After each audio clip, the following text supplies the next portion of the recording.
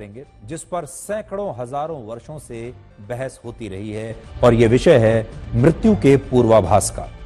दुनिया के पास आज भी इस बात का वैसे तो कोई वैज्ञानिक प्रमाण नहीं है कि किसी इंसान को जीवित रहते हुए उसकी मृत्यु का पूर्वाभास हो सकता है। विज्ञान इस बात को स्वीकार नहीं करता, लेकिन इंसान इसे स्वीकार करते हैं और इंसान कहते हैं कि उन्होंने इसका अनुभव भी किया है। दुनिया में लगभग सभी धर्म और वर्ग के लोग ये मानते हैं कि जब मृत्यु इंसान के बहुत करीब होती है तो वो अपना एहसास उसे जरूर कराती है और इसी एहसास को मृत्यु का पूर्वाभास माना जाता है। इसी महीने की 5 तारीख को बिहार की बहुत लोकप्रिय लोक गायिका शारदा सिन्हा का लंबी बीमारी के बाद 72 वर्ष की उम्र में निधन हो गया था।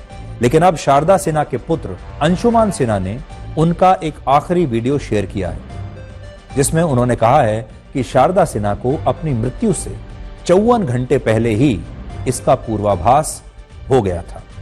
जिस वक्त पूरे परिवार को यह लग रहा था कि शारदा सिन्हा अब ठीक हो रही हैं, रिकवर हो रही हैं, अब वो बच जाएंगी, तब उन्होंने अस्पताल की अपने कमरे की खिड़की पर आई एक मैना से संवाद किया और शायद वो उसी क्षण इस बात को समझ चुकी थी कि अब मृत्यु उन्हें अपने साथ ले जाने वाली है। सबसे पहले आप भी इस वीडियो को देखिए।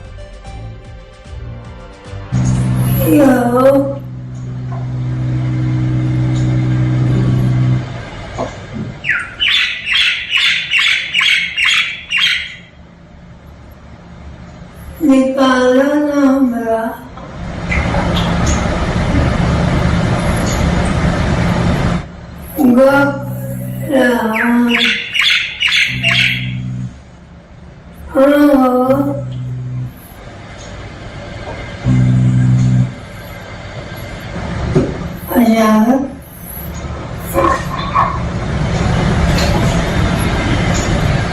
तुम्ही से गप करने आई हो।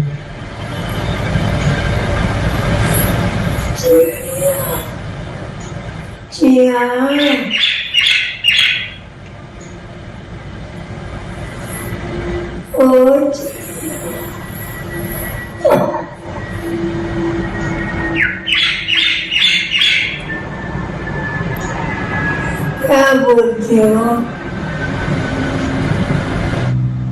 मम्मी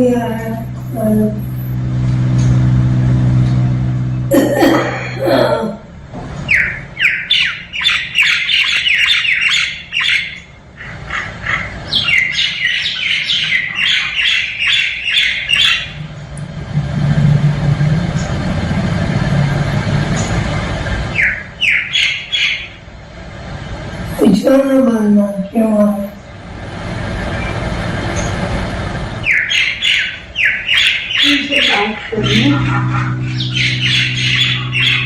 ऊपर से देख देख के बात कर रही है, आसमान से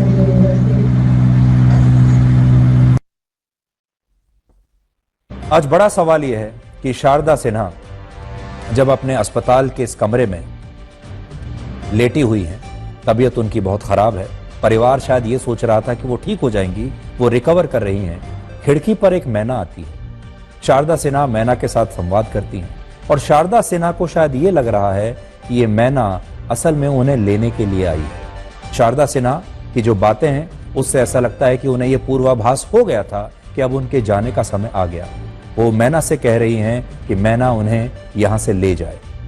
क्या इसी को मृत्यु का पूर्वाभास कहते हैं? शारदा सिन्हा को जब आप देखेंगे, उनकी आंखों को आप देखेंगे, वो किस तरीके से इस मैना को देख रही हैं, बाहर की तरफ देख रही हैं, क्या इसी को कहते हैं कि ये मृत्यु का पूर्वाभास है? असल में ये विश्लेषण हमने आज इसीलिए किया जब हमने शारदा सिन्हा का ये वीडियो देखा जो उनके पुत्र ने सोशल मीडिया पर डाला। तब हमें लगा कि इस बात पर एक बहस करनी चाहिए। शारदा सिन्हा के इस आखिरी वीडियो के बाद ये बहस फिर से शुरू हो गई है कि क्या इंसानों को उनके जीवित रहते हुए अपने अंतिम क्षणों में मृत्यु का पूर्वाभास हो सकता है?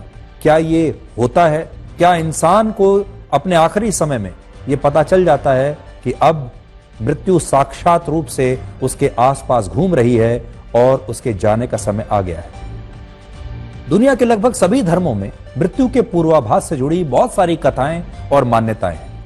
हिंदू धर्म में समुद्र शास्त्र, शिव पुराण, गरुड़ पुराण और आयुर्वेद में भी मृत्यु के पूर्वाभासों का उल्लेख किया गया है। यह भी मान्यता है कि रावण को भी अपनी मृत्यु का पूर्वाभास बहुत पहले हो चुका था। मृत्यु के बाद क्या होता है, इस पर अलग अलग लोगों की अलग अलग मान्यताएं हैं, अलग अलग सोच है। कोई नहीं जानता कि मृत्यु के बाद क्या होता है, लेकिन दुनिया का एक बहुत बड़ा वर्ग इस बात पर विश्वास करता है कि मृत्यु आने से पहले कुछ संकेत जरूर देती है। मृत्यु जब आपके आसपास होती है तो वो कुछ आहट जरूर करती है, और जिसे सुनना होता है वो उस आहट को सुन भी लेता है और उस संदेश को पढ़ भी लेता है कि मृत्यु सामने खड़ी है। दुनिया में बहुत सारे लोग ऐसे हैं जो ये कहते हैं कि जब उनके परिवार में किसी का देहांत हुआ तब अपने अंतिम दिनों में उनका व्यवहार ऐसा था जैसे उन्हें अपनी मृत्यु का संकेत मिल चुका है। लेकिन दूसरी तरफ विज्ञान ऐसे विश्वास को प्रमाणित नहीं करता, क्योंकि इसका कोई सबूत नहीं है। विज्ञान में स्थिति को प्रीमोनिशन ऑफ डेथ कहते हैं। इसका मतलब उन अनुभवों से होता है जो मृत्यु से पहले कोई इंसान खुद महसूस करता है। पिछले 500 वर्षों में इन अनुभवों को लेकर दुनिया में कई रिसर्च हुई, कई शोध हुए, लेकिन कोई भी वैज्ञानिक मृत्यु के पूर्वाभासों की इस गुत्थी को स्पष्टता के साथ सुलझा नहीं पाया। इसका एक बड़ा कारण यह है कि मृत्यु का पूर्वाभास उन लोगों को ज्यादा होता है जो बीमार और अचेत अवस्था में होते हैं। वैज्ञानिक ऐसा मानते हैं कि अगर बीमारी के समय इंसान की इच्छा शक्ति कमजोर हो तो उसके मन में मृत्यु का भाव आने लगता है। वो इच्छा शक्ति से इतने दुर्बल हो जाते हैं कि उनमें जीवित रहने की उम्मीद नहीं बचती, और जब जीवन की उम्मीद टूट जाती है तो मृत्यु का डर इंसान को अपने चारों ओर से घेर लेता है, और यही डर और अंधकार उसके लिए मृत्यु के पूर्वाभासों को लेकर आता है।